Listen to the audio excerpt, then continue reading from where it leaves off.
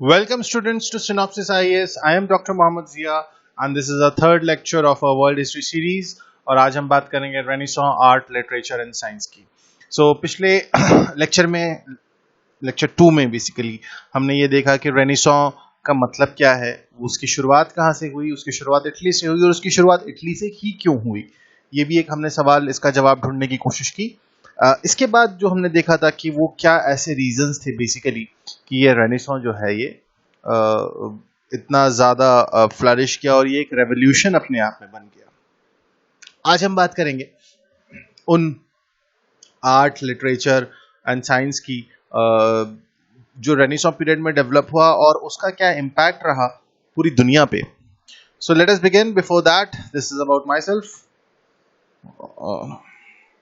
and this is all my educational qualification, my experience. So this is about me. So let us begin our the Renaissance literature. First of all, we'll talk about the literature.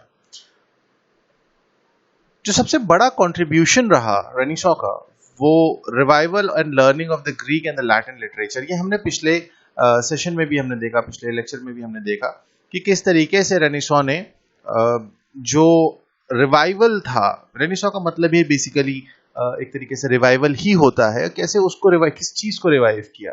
जो हमारा Greco Roman thoughts थे, जो Greco Roman classical जो हमारा literature and ideas थे, उसको revive किया. Renaissance writers produced work that reflected their time, but they also used technique that writers, rely on today. So, जो उनका writing techniques थी, जो उनका तरीका था, वो इतना ज़्यादा effective था कि आज भी, वो writers, वो authors, हम आज भी उनको follow करते हैं. For example, the example of Dante, this person. He wrote in vernacular in his native language instead of Latin. So सबसे important जो contribution रहा कि एक जो Latin का foundation था, जो कि आपने फर्स्ट लेक्चर में देखा होगा कि जो Latin का foundation था वो इन्होंने किसी तरीके से उसको तोड़ा और अभी वर्नाकुलर्स में लिखने लगे. जैसे इनकी वर्नाकुलर डांटे की इटालियन थी, इन्होंने इटालियन में लिखना शुरू किया क्योंकि पहले जो भी लिटरेरी वर्क था वो लैटिन में था.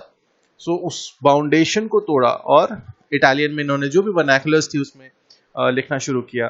डांटे का सबसे important contribution is it's divine comedy which was written in the Italian language. So this was the contribution of Dante. Then this person, Geoffrey Chaucer, he is he's like the father of English literature. You should remember this. और इनका जो सबसे बड़ा contribution था English literature को वो था Canterbury tales, और ये इन्होंने इंग्लिश में लिखी. सो अभी तक ये वो दौर है कि जब लैटिन आना ही या ग्रीक लैंग्वेज को ही एक स्टैंडर्ड माना गया.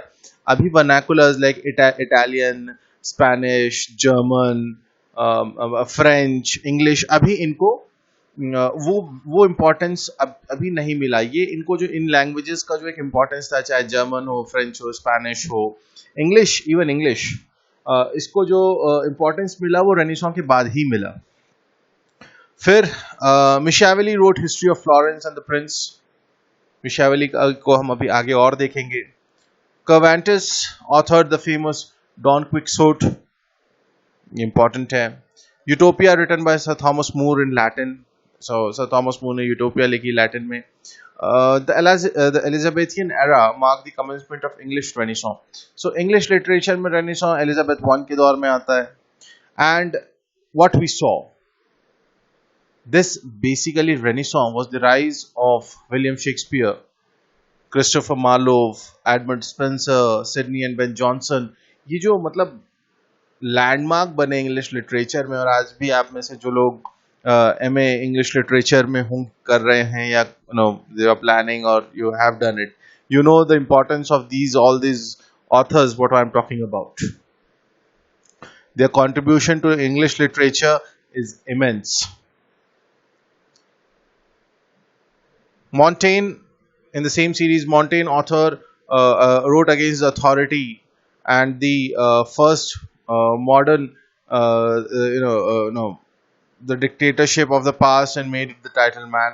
So this was like major. Martin Luther translated Bible in German language. So ये एक्चुअली रानी शॉ का ये एक बहुत बड़ा कंट्रीब्यूशन रहा कि जो वर्नाकुलर्स थे उस दौर में उनका डेवलपमेंट हुआ as a language, as a literature. And apart from that you know बहुत बड़ा एक ऐसा क्लास डेवलप हुआ. विलियम शेक्सपियर को आई थिंक उनको खुद नहीं पता होगा कि शायद उनको इतना कोट कर दिया जाता है. मतलब लोगों को समझ नहीं आता. बाद वक्त तो ऐसा लगा कि शेक्सपियर को खुद नहीं पता होगा कि अच्छा मैंने भी ये कह दिया. लोग इतना ज्यादा Shakespeare and when someone you can understand कि अब शेक्सपियर रेनेसां के दौर के थे और उन्होंने अपनी जिंदगी में सिर्फ शायद 36 ड्रामास लिखे. और आई मे बी रॉन्ग, मतलब इंग्लिश लिटरेचर के जो स्टूडेंट्स हैं वो शायद मुझे करेक्ट कर दें. लेकिन आप ये समझिए कि उनका इम्पैक्ट क्या रहा. आज मतलब शेक्सपियर के मतलब उनके जाने के सदियों बाद उनके उसके ड्रामास के अडेप्टेशन पे मूवीज बनती हैं. इंडिया में भी बनी. some good movies are there. So this was the impact of Renaissance literature, and this was the impact of Renaissance, what world saw, and the impact of that on the world history. So this revolution and this revolution of thoughts, this revolution of or rather rebirth of the spirit of inquiry was not just only limited to literature, it was there in art. Like जो middle ages में जो painting थी, it was dominated by Christianity, but Renaissance period में the art, the paintings were dominated like by love of nature, human body, provided muses in this domain. Importance was given to love of nature and human body. Although the spirit of humanism prevailed, the subject matter of most Renaissance art was Christian. So Christianity को centre में रख के humanism और जो love of the nature है उसको represent किया गया in the paintings. Will see who are they. इन्हें कौन नहीं जानता और इसे किसने नहीं देखा. मतलब this is Leonardo da Vinci, the most versatile man of his time. He was an artist, poet, musician, engineer. मतलब जो भी कहना चाहो, he was there. Hence, he was the real Renaissance man, because like he was born in Florence. He visited many countries. He was patronized by the Duke of Milan, and his famous paintings were Mona Lisa, this one, The Mysterious Smile, and one more painting, The Last Supper. See, again I told you that भले ही वो individualism पे चल रहा था, renaissance का जो दौर है वो इंडिविजुअलिज्म पे चल रहा था, लेकिन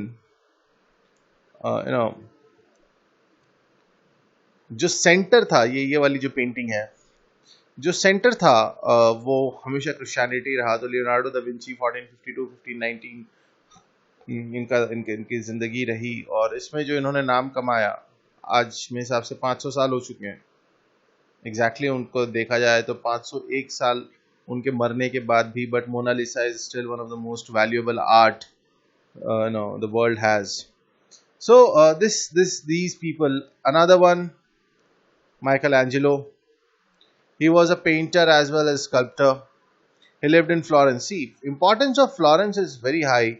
And जो हमने पिछले सेशन में पढ़ा था, द मेडिची फैमिली, उन्होंने इनको पैट्रोनाइज किया. The magnificent frescoes on the ceiling of the Sistine Chapel in the Vatican represent his most brilliant achievement in the painting.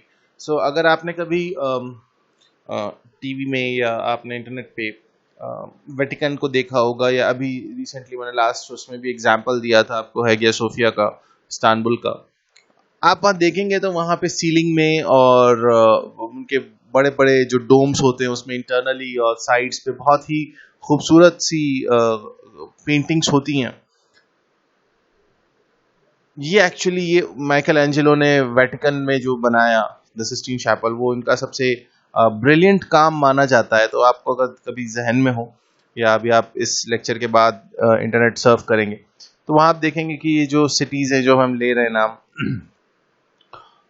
ये मतलब उनके जो चर्चेज होते थे, जो शैपल्स होते थे, वहां पे आप हाइट पे देखोगे डोम पे बहुत चारों तरफ खूबसूरत सी मतलब कलरफुल पेंटिंग्स, और हर पेंटिंग का अपना एक मतलब है, हर पेंटिंग में अपने आप में एक मैसेज है। तो ये जो है ये उस दौर का था, ये रेनेसां के दौर का था। और माइकल एंजेलो ने, he was not only a painter but वो एक मूर्तिकार भी थे, स्कल्प्टर भी थे।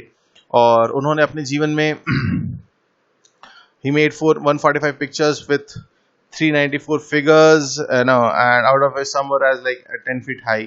His painting The Last Judgment, this one, is considered the best in the world. So this was a painting of by Michelangelo, The Last Judgment. I'm sorry, and this is the best work in the world till date. Now, why that is the best world, that leave that to our historians. But you should know, because when you're studying Renaissance, you should know the examples. You should know कि कौन कौन सी ऐसी चीजें थी जिसने जो renaissance को represent करती हैं, और आज भी दुनिया में उनको वही इज्जत और वही सम्मान मिलता है जो शायद उस दौर में मिला होगा।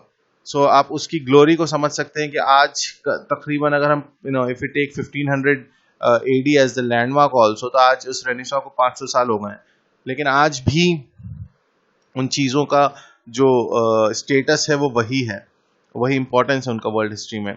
उसके बाद एक और जो इम्पोर्टेंट आर्टिस्ट थे राफेल, काफ़ी इनकी मतलब ज़्यादा उम्र नहीं थी और ये काफ़ी जल्दी इनकी मृत्यु हो गई। लेकिन जो इन्होंने मैडोना को रिप्रेजेंट किया, Mother Mary and the Christ and those paintings, मतलब जिनको आर्ट का थोड़ा सा मतलब इंटरेस्ट है और जिनको आर्ट में थोड़ी सी मतलब समझ है, उनको पता होगा कि मैडोना को कितनी बार और कितनी तरीके से रिप्रेजेंट किया, कितनी खूबसूरती से रिप्रेजेंट किया। दिस वाज लाइक द मतलब पहली बार ऐसा हुआ, जैसे अगर आपको याद हो कि हमने जो फर्स्ट लेक्चर में जो हमने चीज़ें देखी थी वो बहुत उसमें खूबसूरती नहीं थी, लेकिन अगर आप सिर्फ इस पेंटिंग को देखें, मैं इसको जूम इन करने की कोशिश करता हूँ, यस, आप इस पेंटिंग को देखेंगे तो इसमें खूबसूरती भी है। ये जो ब्लेंड था, the beauty with the divine art, that was the first time. Raphael को इसलिए याद किया जाता है, although he just lived for like 37 years। Then सिर्फ आर्ट और लिटरेचर नहीं, जब आर्ट और लिटरेचर डेवलप करेगा और साइंस डेवलप ना करे तो ये तो पॉसिबल ही नहीं है। सो जो मॉडर्न साइंस की जो हम बात करते हैं, जो आज के टाइम पे हम साइंस पढ़ते हैं, उसका जो बर्थ है, मतलब चाहे आपने फिजिक्स में देखा हो, चाहे आपने केमिस्ट्री में देखा हो, बायोलॉजी में देखा हो, मेडिसिन साइंस में देखा हो, सारी चीजें जो आज का जिसे हम मॉडर्न साइंस कहते हैं, वो सब रेनेसां का दौर था। क्यों? क्योंकि एक जो हमने the spirit of learning combined with the spirit of inquiry, that actually led to the development of science. So spirit of learning plus spirit of inquiry actually led to the development of science. और इन्होंने इस दौर ने जो एक बहुत बड़ी चीज दी दुनिया को, it was the critical observation। पहले ठीक है, पहले ये मान लिया कि भैया अर्थ जो है वो स्टेशनरी है, रुकी हुई है, अपनी अपने अपने अपने स्पॉट पे फिक्स है। दुनिया मतलब जो स्पेस है और जो सोलर सिस्टम है, लेट्स से, वो अर्थ के चारों तरफ घूम रहा है। तो लोगों ने मान लिया। मिडिवल एजेस में यूरोप में किसी ने सवाल ही नहीं किया कि ये क्यों है। तो ये जो क्रिटिकल ऑब्जर्वेशन था, शुरुआत नेचुरल फिनोमेना से हुई कि मतलब उन्होंने मान लिया ठीक है, बच्चा इंसान जो है पैदा होता है, लेकिन कैसे होता है, उसके पीछे की साइंस क्या है, हाउ ऑल दैट एक सेल से कहानी शुरू हो कि एक पूरा ह्यूमन बॉडी कैसे बनी, इस पे कभी किसी ने सवाल नहीं किया इस दौर से पहले।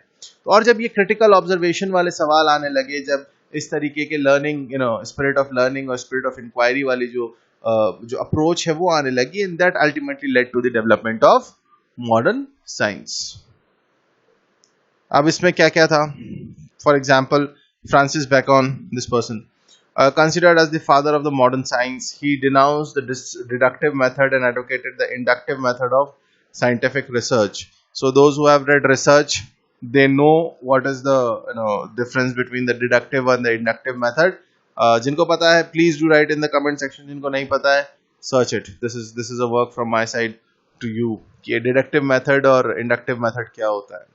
डेस्करेट्स, ये भाई साहब इन्होंने क्या किया है, इन्होंने भी brought out convincingly the necessity of questioning everything.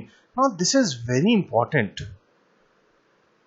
Questioning, अगर हम कभी आप लोगों को if we start offline and हमें कभी क्लास करने का, लाइव क्लास करने का मौका मिला, I always insist whenever I'm teaching in a live class, in a offline or in a classroom, सवाल पूछो. सवाल मतलब वो जो फैज ने कहा ना कि बोल के लब आजाद है तेरे, कि बोल की ज़बां अब तक तेरी है, तो ये फैज ने बहुत बाद में कहा, लेकिन ये जो डेस्करेट्स ने कहा कि questioning is very necessary and you have to question everything, especially if you have to develop an understanding, and developing an understanding is very necessary when you are preparing for UPSC examination.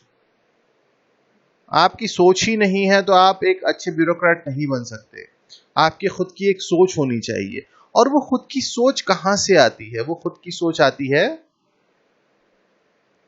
सवाल करने से, कि कोई चीज है तो क्यों है. He contributed to the idea of doubt, and the doubt was the forerunner of New Age in science. और ये जो doubt, इसीलिए आप देखोगे doubt clearance has always been given way more importance. कि नहीं, डाउट क्लियर होना चाहिए. ये जो रीजनिंग है, ये जो डाउट क्लियरिंग है, ये जो क्वेश्चनिंग है, ये बहुत बड़ा कंट्रीब्यूशन है रनीसा को, ना सिर्फ यूरोप को बल्कि पूरी मतलब पूरी दुनिया को.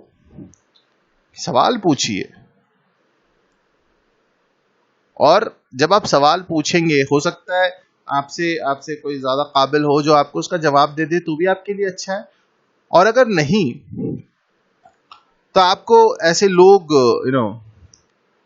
आप जब उस सवाल का जवाब ढूंढोगे, when you will question something, और जब आप उस सवाल का जवाब ढूंढने निकलोगे, तो आपको और भी कई चीजें मिलेंगी जो कि आपके सोचने की डायमेंशन को बहुत ज्यादा वाइड कर देंगी. कोपर्निकस ने, ये फिजिक्स में हमने पढ़ा द हीलियोसेंट्रिक थ्योरी, ये पहले मतलब इन्होंने कहा कि देखो ये जो है, ये दुनिया ऐसी नहीं है, कायनात ऐसी नहीं है कि they do not revolve around the earth as believed but around the sun. So उससे पहले माना जाता था, जब हमने डिस्कस किया कि ये अर्थ है और जो पूरी कायनात है, वो जो पूरे यूनिवर्स है, वो इसके जो सोलर सिस्टम है, वो इसके चारों तरफ घूम रहा है. ये कोपर्निकस थे जिन्होंने हीलियोसेंट्रिक थ्योरी दी. बोला no, this is not, earth is revolving around the sun. Then Kepler's law of planetary motion, I still remember that. I studied somewhere in class 12th and then I left science. So Kepler formulated mathematical laws to support the conclusion of Copernicus. So Copernicus ने जो कहा that earth center में नहीं है, sun center में है, इस चीज को support किया Kepler ने with his mathematical formulations, and he also stated that planet revolves around the sun in the elliptical orbit. So वो elliptical orbit वाला जो concept है, I don't remember exactly with the Kepler's formula, लेकिन वो शायद इसी कुछ को define करता है. I don't remember exactly. Science वाले ज़्यादा अच्छा बताएंगे. गैलीलियो, मतलब नाम तो सुना ही होगा, वो वाली चीज़ है. सो गैलीलियो ने क्या किया, टेलीस्कोप का इन्वेंशन किया, और जब टेलीस्कोप का इन्वेंशन हुआ, तो जो कोपर्निकस ने कहा कि this whole universe is heliocentric, not universe, और सोलर सिस्टम इज हीलियोसेंट्रिक, ये इन्होंने भी प्रूफ किया, केपलर ने भी प्रूफ किया, और गैलीलियो ने भी प्रूफ किया. Then we come to sir Isaac Newton. मतलब क्या ही बताएं इनके बारे में. the law of gravitation and so on and so on and so on, the Newton's law of motion and everything. So Newton's contribution मतलब मैं बड़ा डिफिकल्ट था उसको सम अप करना, लेकिन अगर इसमें देखें तो इन्होंने क्या किया, इन्होंने न्यू एस्ट्रोनॉमिकल डायमेंशंस खोले, और जो ओल्ड जूलियन कैलेंडर था उसको रिफॉर्म किया गया 1582 में bye Pope Gregory the 13th.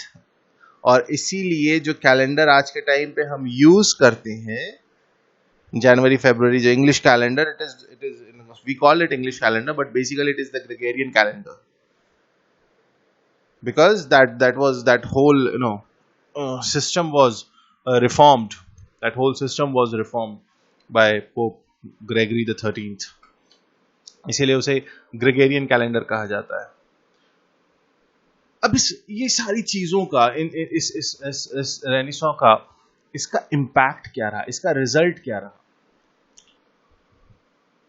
First of all, ये जो रेनेसां है इसको हम हमेशा कहेंगे कि इसने आधुनिकता की, या दुनिया में अगर जैसे हम इंडियन हिस्ट्री को भी पढ़ते हैं ना, तो इंडियन हिस्ट्री को हमने डिवाइड कर रखा है कि this is your Indian let's say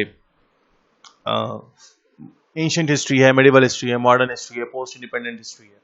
इस तरीके से हमने डिवाइड कर रखा है। इन द सेम मैनर जब हम दुनिया की हिस्ट्री को डिवाइड करते हैं तो मॉडर्न एज की, जैसे हम कहते हैं कि हमारी मॉडर्न हिस्ट्री शुरू होती है with the advent of Europeans in India, उसी तरीके से यूरोप की जो मॉडर्न हिस्ट्री है वो शुरू होती है with the beginning of renaissance.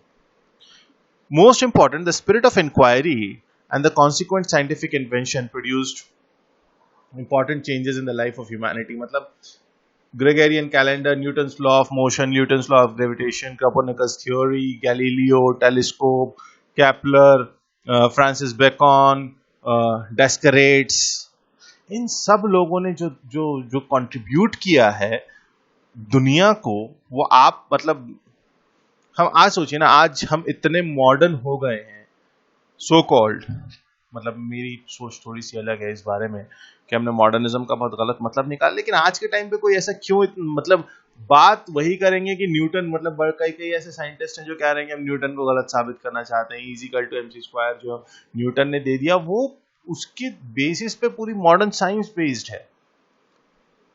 क्यों आज ऐसा इंटेलेक्ट नहीं आ पाता है? तो ये जो एक ह्यूमैनिटी और ह्यूमनिज्म की बात हुई, इंडिविजुअलिज्म की बात हुई, और बेसिकली जो साइंटिफिक इन्वेंशंस जो हुए उस दौर में, उसने पूरी मतलब कहना चाहिए ना जिसको कहते हैं इंसानियत को बदल के रख दिया। ये इम्पैक्ट था रेनेसां का, ये आउटकम था रेनेसां का।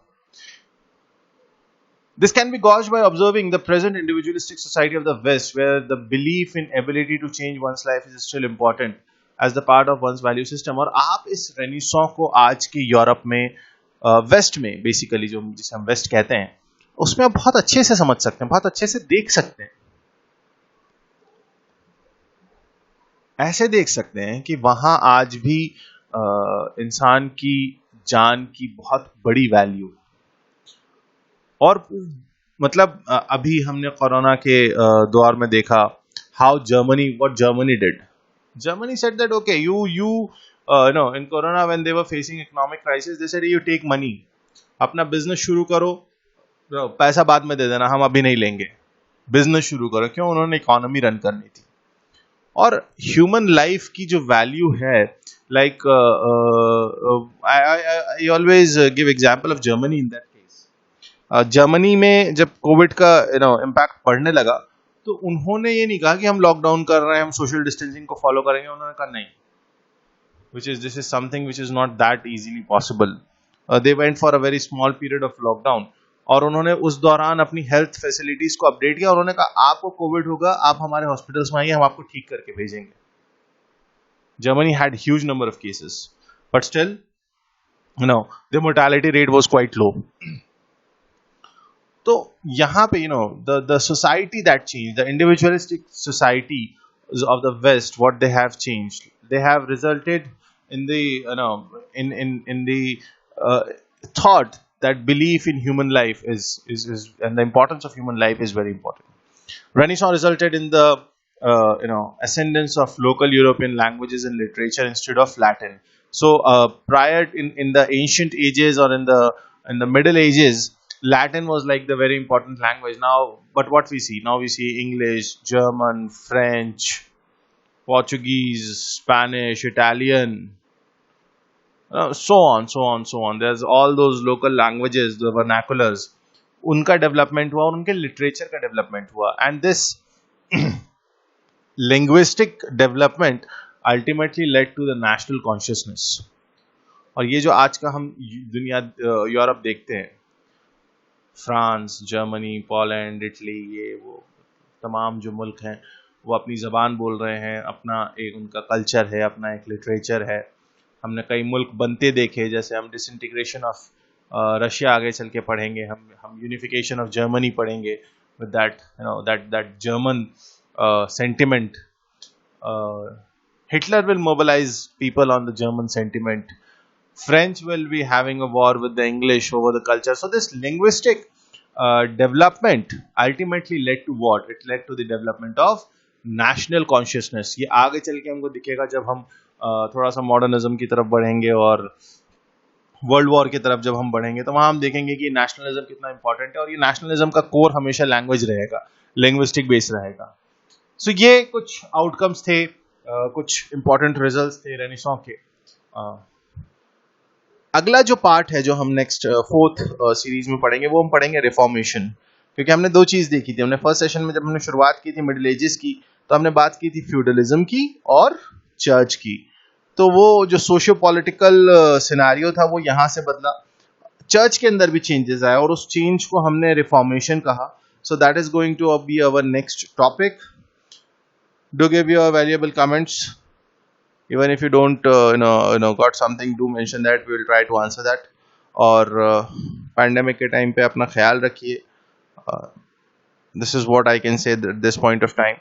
So have a great time, stay safe, stay healthy. I'll see you in the next lecture. Goodbye.